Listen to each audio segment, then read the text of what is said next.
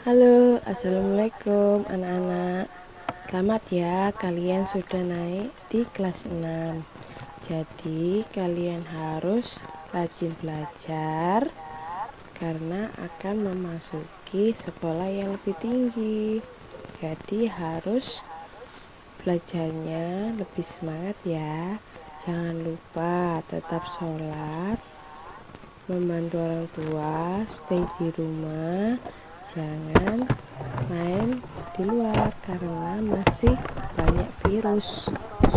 Oke, sekarang kalian memasuki pembelajaran lagi ya. Tema 1, subtema 1, dan pembelajaran 1 tentang tumbuhan sahabatku.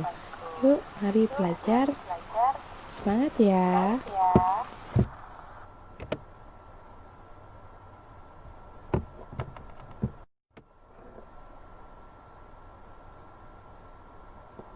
Tumbuhan jagung. Ayo, siapa yang tahu atau pernah lihat tumbuhan jagung? Nah, tumbuhan jagung ini adalah makanan pokok di berbagai negara. Salah satunya adalah negara kita, Indonesia. Kenapa disebut makanan pokok? Karena jagung mengandung karbohidrat yang sangat dibutuhkan oleh tubuh. Nah, kenapa makanan pokok di berbagai negara? Karena jagung dapat ditanam dengan mudah. Yuk kita lihat perkembangbiakan jagung.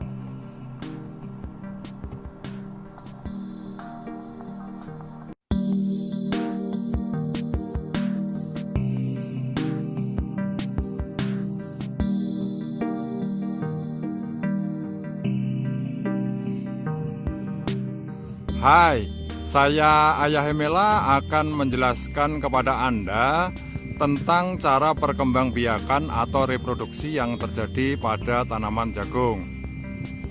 Oke, kebetulan saat ini saya sedang berada di persawahan yang sedang ditanami jagung ya. Oke, seperti ini.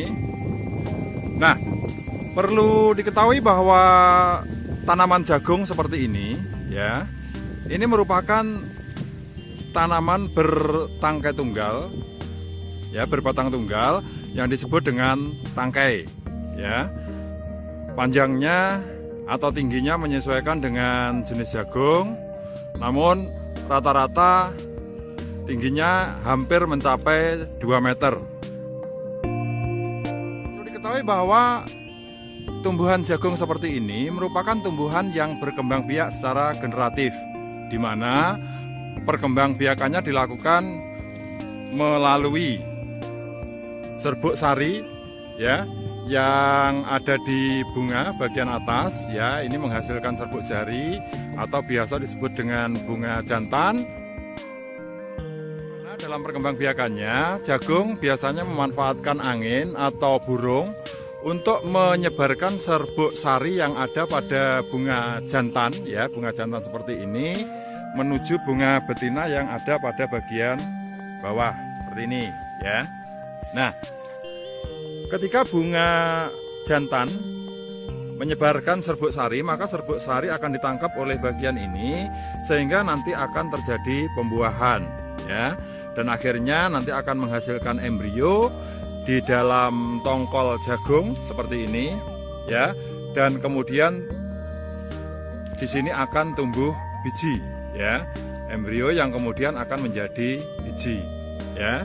Jadi intinya tanaman jagung berkembang biak secara generatif atau seksual dengan cara menyebarkan serbuk sari yang dihasilkan oleh bunga jantan yang berada pada bagian atas. Kemudian ketika serbuk sari yang ada di sini terkena angin, maka dia akan jatuh pada bunga betina yang ada di bagian bawah, sehingga akhirnya terjadi pembuahan, menghasilkan embrio, dan kemudian terbentuklah biji pada tongkol buah jagung.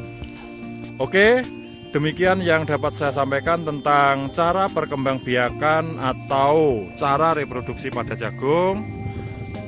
Semoga berguna dan bermanfaat bagi Anda.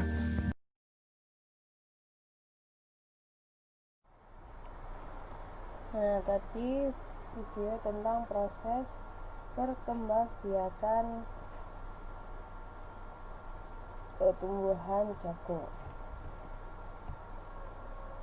Nah,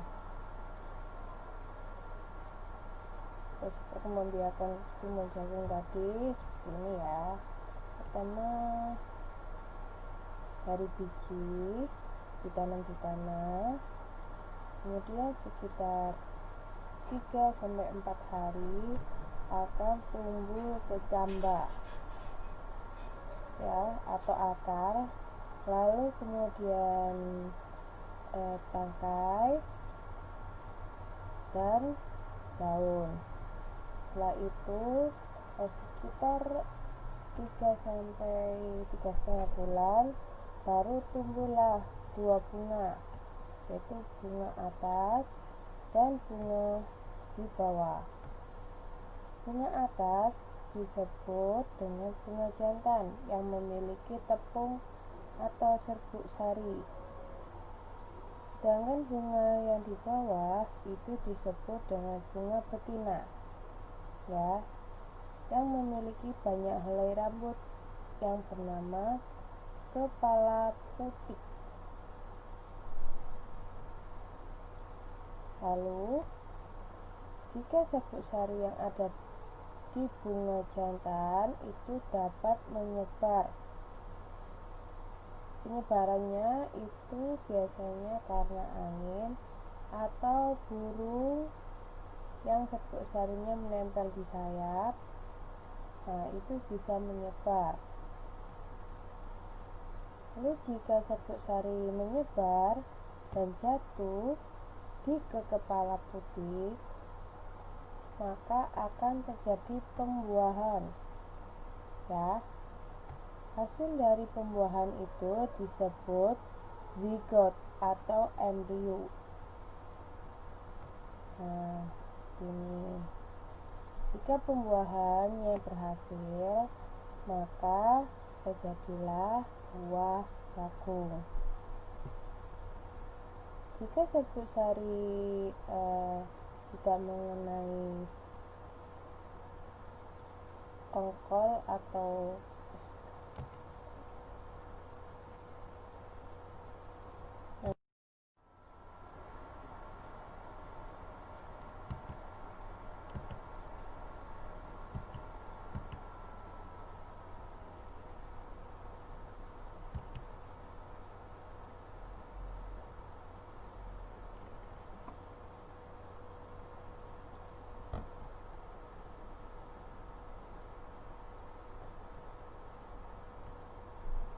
proses perkembangbiakan pada jagung tersebut, proses penyerbukan dari serbuk sari yang jatuh ke kepala putih dan terjadi pembuahan disebut perkembangbiakan secara generatif. Selain tumbuhan jagung, yang berkembang biak dengan generatif adalah bunga sepatu, karena perkembangbiakannya terdapat serbuk sari dan kepala putih, lalu terjadilah pembuahan. Makanya bunga sepatu termasuk perkembangbiakan secara generatif. Nah, sebutkan tumbuhan yang mengalami perkembangbiakan secara generatif. Semangat mengerjakan. Terima kasih.